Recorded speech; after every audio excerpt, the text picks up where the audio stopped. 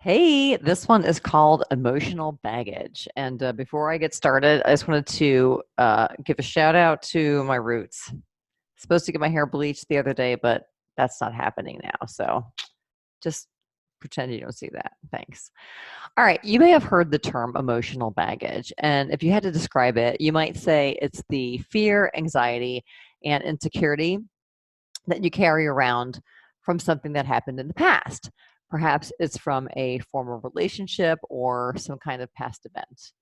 And many of us realize that emotional baggage keeps us from having the relationship or life we want now. For example, we might not trust a romantic partner, so we create disconnection by the way we act instead of creating connection. So we look at something negative in our life now and connect it to our baggage. Some people would say something happens in the present that triggers them. Something happens now and all the thoughts come. And then we feel panic, anxiety, fear, and hopelessness. Some folks don't know where their baggage came from, but that doesn't matter. The baggage is there. Something happened in the past, then something happens now that triggers thoughts. Feelings follow, like anger, distrust, insecurity, and helplessness. And from that feeling, you act accordingly. You obey your thoughts. So here's some examples.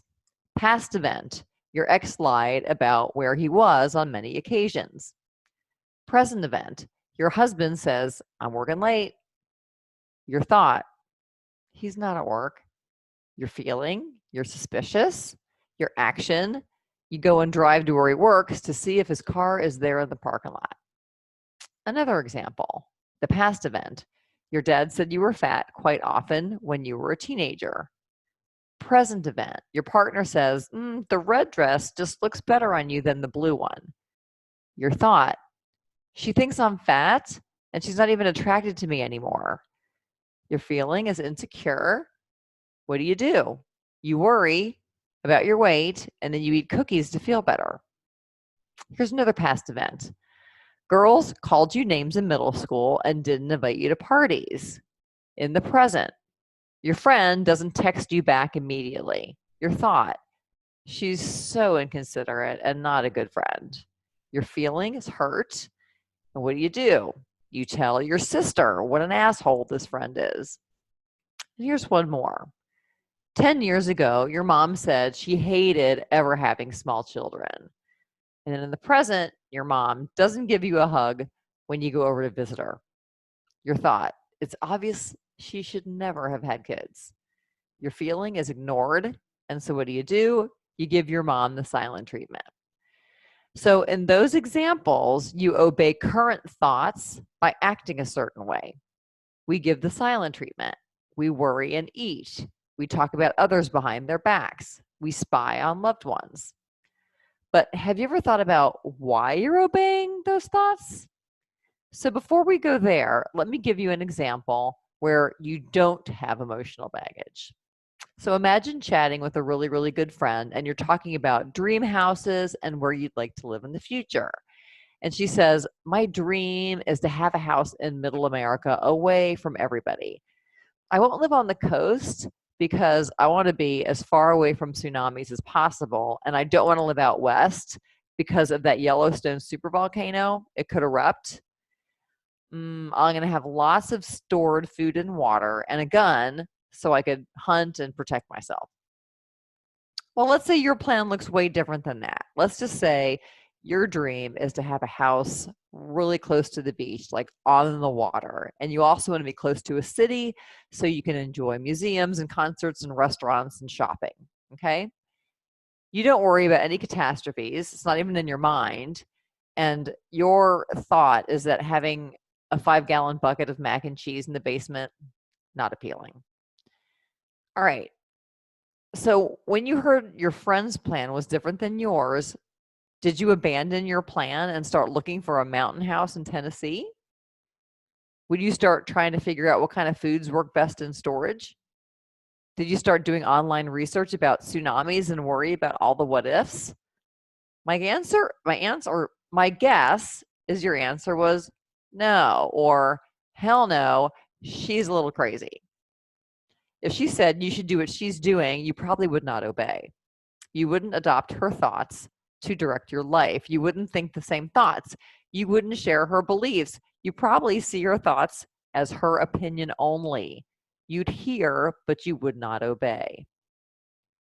So you wouldn't obey thoughts thrown at you from the friend who wants to live on a compound in Tennessee, but you do obey the thoughts your brain throws at you. Without question, without the awareness, the thought is optional.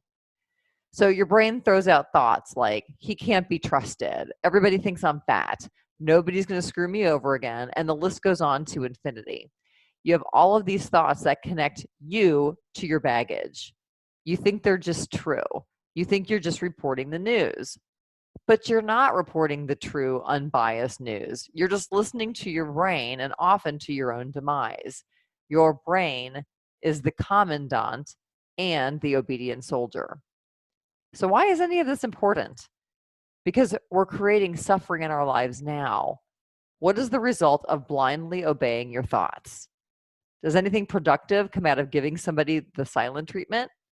Do you help yourself by worrying and eating more? Do you unleash your creativity when you give up? Of course not. So why do we do this to ourselves? Well, first off, we don't even know we're doing it. And secondly, we often think our stories of the past are so interesting. They keep our brains all in the drama. Part of us loves to fondle stories from the past for all they're worth. And we think obeying our thoughts helps us control the future and keep us safe. But ask yourself, is it worth it? Is believing and obeying thoughts triggered by the past serving you now? If you said no, then the first step is to develop awareness about your own thoughts. Look at those thoughts as objects. They're not right or wrong, they just are. They don't have to be fixed. Recognize the thoughts, that they're optional, and ask yourself if you want to keep them. Anyway, this week, my most helpful thought is, do I want to obey the thought that just got triggered by what somebody said or did? I was able to see how I'd been obeying my thoughts without question. And some of them were kind of cray-cray. And the results of obeying my own thoughts were not good for me. I created my own suffering. Deciding not to obey my thoughts has been a game changer for me, and I hope it helps you too. I recently read something about how we release our past when our future looks way more interesting and compelling. So deciding not to obey thoughts connected to the past is a great first step. All right. Hope to see you again soon.